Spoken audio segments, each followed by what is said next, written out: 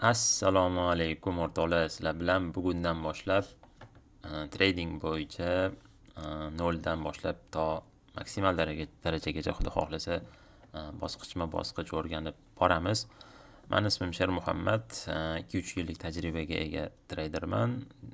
Hozirda boshqaradigan kapitalim taxminan $10,000 ga yaqin, juda ko'p emas.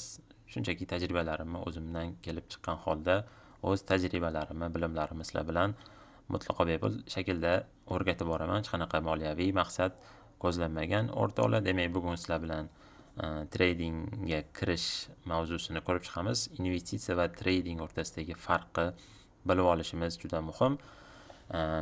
Ikkalasidan lekin ko'zlangan maqsad albatta foyda olish. Demak, o'rtoqlar, sizlar bilan bugun trading nima, investitsiya nima va ularni o'rtasidagi farqlar haqida gaplashib o'tamiz. Demak, o'rtoqlar, bizani birinchi bo'limimiz asosiy farqlar, ya'ni trading bilan investitsiyaning o'rtasidagi farqlarni ko'rib chiqamiz. Trading bu qisqa muddat ichida, ya'ni bir necha kun yoki soat, hattoki bir necha uzog'i haftagacha davom etadigan faoliyat turi hisoblanadi. Chunki unda foyda olish, qisqa muddatda foyda olish ko'zda tutilgan bo'ladi.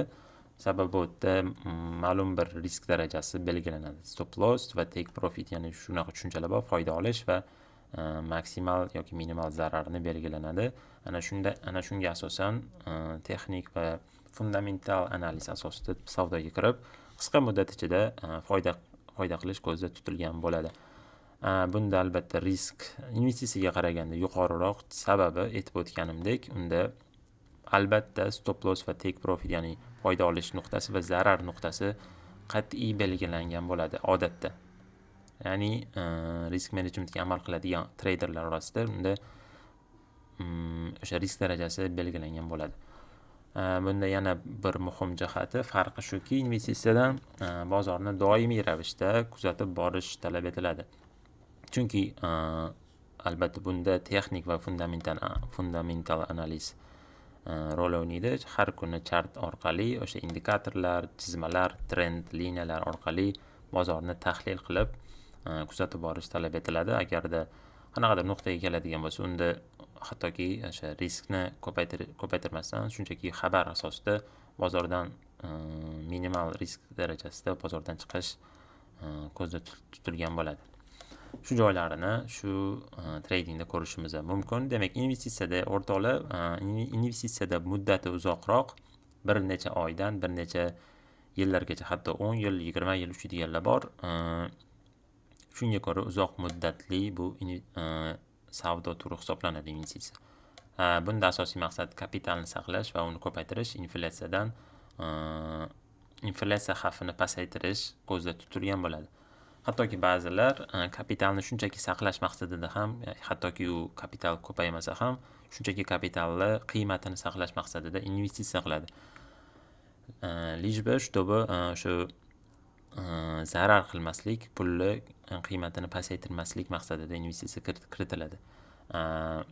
Investitsiyada tradingga qaraganda nisbatan kamroq risk bo'ladi, chunki unda fundamental analiz asosida bozorga kirilib, kompaniyani kelajagini ko'rgan holda bu investitsiyada hech qanaqa stop loss yoki take profit degan narsalar, nuqtalar, zarar va foyda darajasi qat'iy belgilanmasdan shunchaki bozorga investitsiya qilinadi. Juda narx pastlagan holatda uzoq muddatga kirib qo'yiladi va bu bir necha yillar davomida albatta AQSh fond bozoridagi aksiyalar asosan o'sgani uchun ishonch yuqori va risk pastroq bo'ladi. Bunda albatta sabrli bo'lish kerak, chunki ko'proq vaqt plus shunchaki bozorga sarmoya kiritilgan bo'ladi. Demak, o'rtoqlar, asosiy farqlar shulardan iborat. Kim uchun qaysi yo'l mos deydigan bo'lsak, o'rtoqlar, trading bu doimiy ishi bo'lmagan, ya'ni hech qanaqa davlat yoki korxonada ishlamaydigan asosiy kasb deb treyderlikni asosiy kasb deb bilgan insonlarga trading qilish mos tushadi. Chunki unda har kuni kuzatuvlar va tahlil qilishga bemalol bemalol vaqti bor. Bundan tashqari, hattoki uni asosiy ishi bo'lmagandan keyin treyderlikni kasb qilib, mana shu orqali daromad qilib borishni ko'zda tutadi. Bunda tezroq bo'lgani uchun ham ularga juda ham mos tushadi. Investitsiya bo'ladigan bo'lsa, bu sabrli insonlarga va asosiy ishi bor, qo'shimcha kapitalini, ortiqcha pulini shunchaki saqlash maqsadida o'sha xavfsizlik uchun investitsiya qilish, ya'ni sarmoya kiritib, bemalol uzoq muddatga sarmoya kiritish mumkin bo'lgan insonlarga mo'ljallangan bo'ladi. Har ikkisi ham lekin tajriba va bilimni talab etadi. Busiz iloji yo'q ortiqcha. Shunchaki bularni bilish muhim. Va o'rtoqlar, xulosa qilib aytadigan bo'lsak, trading bu qisqa muddat ichida foyda qilish, investitsiya esa uzoq muddat davomida kapitalni saqlash va uni ko'paytirishga qaratilgan. Agarda ushbu video sizlarga manfaatli bo'lgan bo'lsa, like bosib, kanalimga obuna bo'lishni unutmanglar. Kuzatishda davom etinglar. Hali ko'plab darslarimiz texnik analiz, fundamental analiz bo'yicha barcha darslarimiz oldinda. Kanalimga obuna bo'ling, izohlarda o'z fikringizni qoldiring. Keyingi videolarda ko'rishguncha salomat bo'linglar.